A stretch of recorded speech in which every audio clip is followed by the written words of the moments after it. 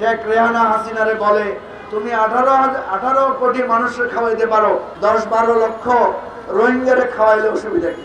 উনি খাওয়ায়, আমরা খাই। এই হচ্ছে বাংলাদেশের মানুষকে শোষণ করার, মানুষকে অন্ধকারে রাখার রাজনীতি। আমরা নতুন বন্দোবস্ত চাই রাজনীতির, আমরা রাষ্ট্র সংস্কারের রাজনীতি করতে চাই। আমরা চাই ওই শোষণের বক্তব্য পরিবর্তন করে আমরা একটা সমতার, একটা ন্যায্যতার ভিত্তিতে একটা রাষ্ট্র ব্যবস্থা, রাজনীতির স্বপ্ন আমরা দেখি। বলা হয়েছে যে গনি মিয়া একজন কৃষক, তার নিজের কোনো জমি নাই, তিনি অপরের জমি চাষ করেন। কিন্তু 4 পুরুষ আগে গনি মিয়া একজন জমিদার ছিলেন, বা গনি মিয়ার পূর্বপুরুষরা একজন জমিদার ছিলেন। অর্থাৎ আমরা যারা আজকে ভূমিহীন কৃষক, আমরা যারা আজকে জীবন মরণ সংগ্রাম করছি, এমন একটা সময় ছিল আমাদের সকলেরই নিজের নামে, নিজের পূর্বপুরুষের অনেক বড় বড় জমি এবং কৃষি খামার বা জমি ইত্যাদি ছিল। কিন্তু ভাগ্যের বিপর্যয়ে কিংবা ইতিহাসের গ্যাড়াকলে পড়ে আমরা এক সময় ভূমির মালিকানা হারিয়েছি। জমিদারিত্বের যে বন্দোবস্ত ছিল, ব্রিটিশরা আমাদের জমিদারি, আমাদের মালিকানা কেড়ে নিয়ে বিশেষ শ্রেণীদের কাছে জমির মালিকানা হস্তান্তর করেছিল। আমাদেরকে একটা লম্বা সংগ্রাম করতে হয়েছে, লড়াই করতে হয়েছে, যে লড়াই থেকে আমরা আবার আমাদের নিজস্ব জমির মালিকানা, জমির স্বীকৃতি আমরা ফিরে পেয়েছি। কিন্তু সেটা সবাই পায় নাই। সেই লড়াইয়ের পর যারা আমাদের নেতৃত্বের আসনে বসেছেন, আমরা বারবার দেখেছি নতুন আরেক ধরনের জমিদারি বন্দোবস্ত এই সমাজে প্রতিষ্ঠিত হয়েছে। প্রিয় ভাই ও বোনেরা, এই রাষ্ট্র এমন একটা জায়গায় এসে দাঁড়িয়েছে, এখানে শ্রেণীভেদ এমন অবস্থায় পৌঁছেছে যে আমরা বিভিন্ন শ্রেণীর লোকেরা একসাথে বসবাস করছি। ভালোবাসা, ভয় ইত্যাদির মধ্য দিয়ে আমাদের সমাজ চলছে। কিন্তু আমরা যদি আমাদের অবস্থা জানতে পারতাম, আমরা যদি আমাদের অধিকার জানতে পারতাম, আমরা যদি আমাদের প্রতি বৈষম্যের কারণ বুঝতে পারতাম, তাহলে সমাজটা এভাবে চলতে পারত না। আপনারা দেখেন, ঢাকা শহরে বড় বড় আলিশান বাড়িতে, বিল্ডিং এ যারা থাকেন, যাদের ঘরগুলো এয়ারটাইট করা, বাইরের আওয়াজ, ধুলাবালি, পলিউশন তাদের ঘরের ভিতরে ঢুকতে পারে না।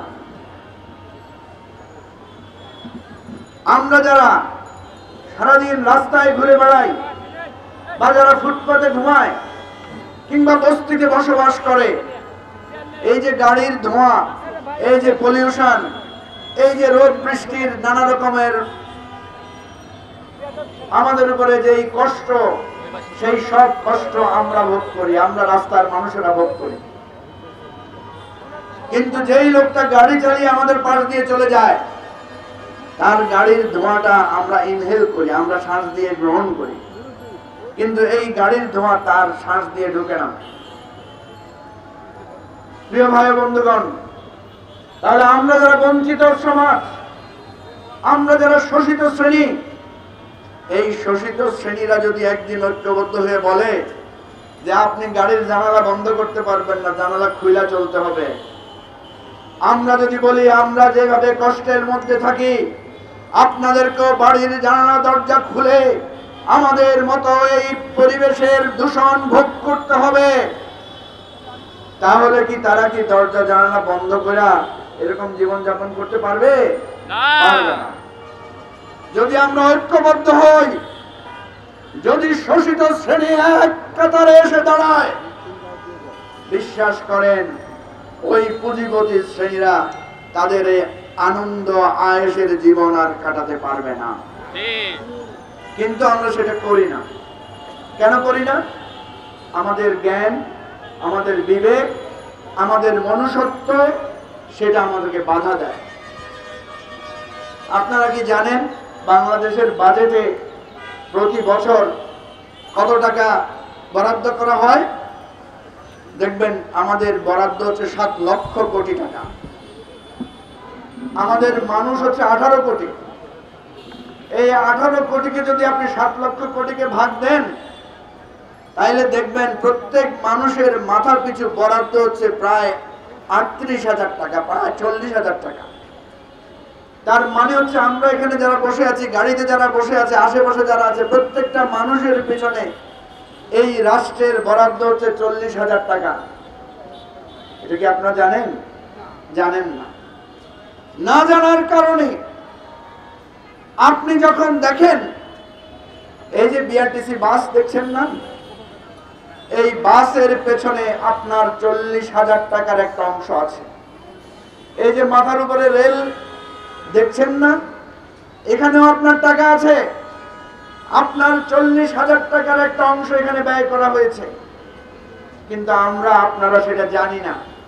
না জানার কারণে আমরা মনে করি এগুলো আমাদের প্রতি একটা দয়া।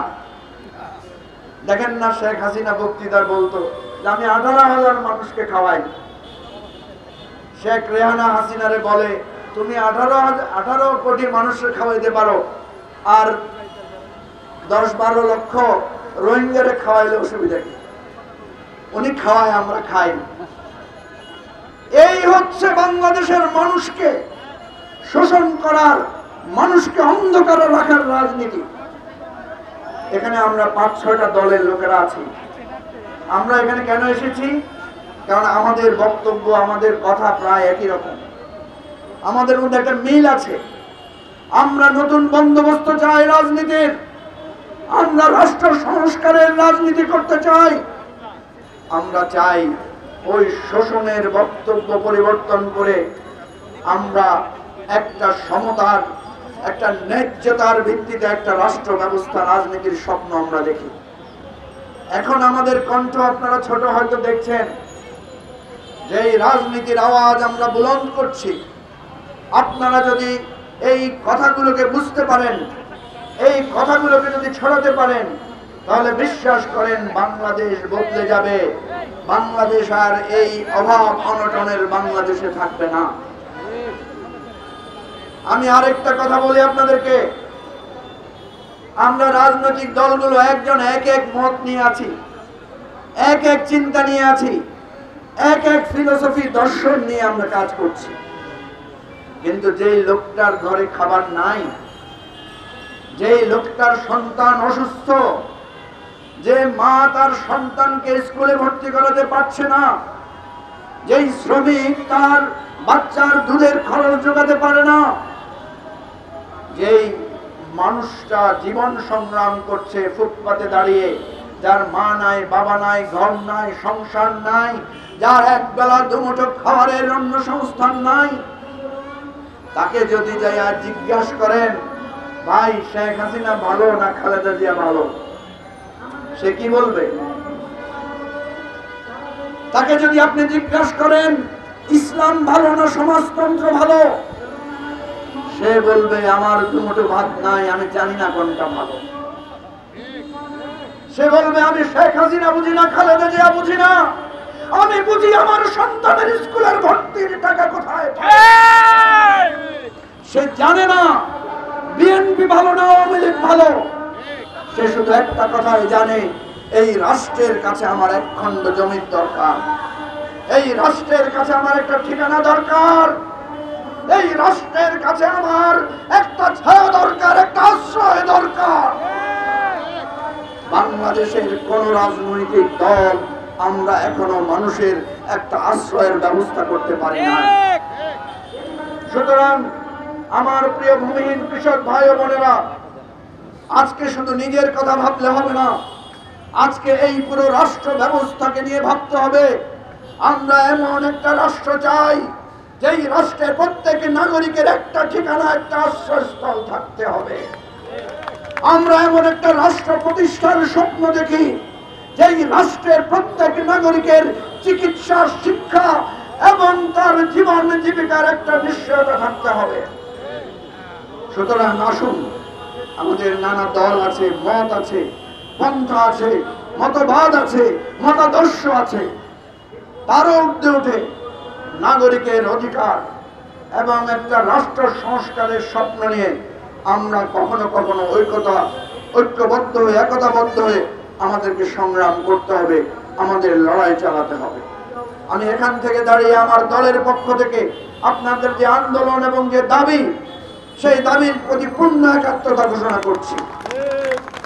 আপনারা যখনই রাজপথে নামবেন, যখনই কোনো দাবি তুলবেন, আমরা আপনাদের সাথে থাকবো। এমনকি প্রয়োজনে আপনাদেরকে নিয়েও আমরা বৃহত্তর আন্দোলন গড়ে তুলবো ইনশাআল্লাহ। আমি সরকারের কাছে বলবো, শুধু এই সরকার না, ভবিষ্যতে যারা সরকারে আসার স্বপ্ন দেখছেন সবাইকে বলবো যে এই কৃষকদের ন্যায্য অধিকার প্রতিষ্ঠার জন্য কৃষি সংস্কার কমিশন সহ যত দাবি এখানে পেশ করা হয়েছে, সমস্ত দাবি যাতে পূর্ণ করা হয়, এই আহ্বান রেখে, এই সংহতি জানিয়ে, সহমর্মিত জানিয়ে আমার বক্তব্য শেষ করছি। খোদা হাফেজ। বাংলাদেশ জিন্দাবাদ। চেঞ্জটিভি.প্রেস, এক ফোঁটা হলুদ নেই।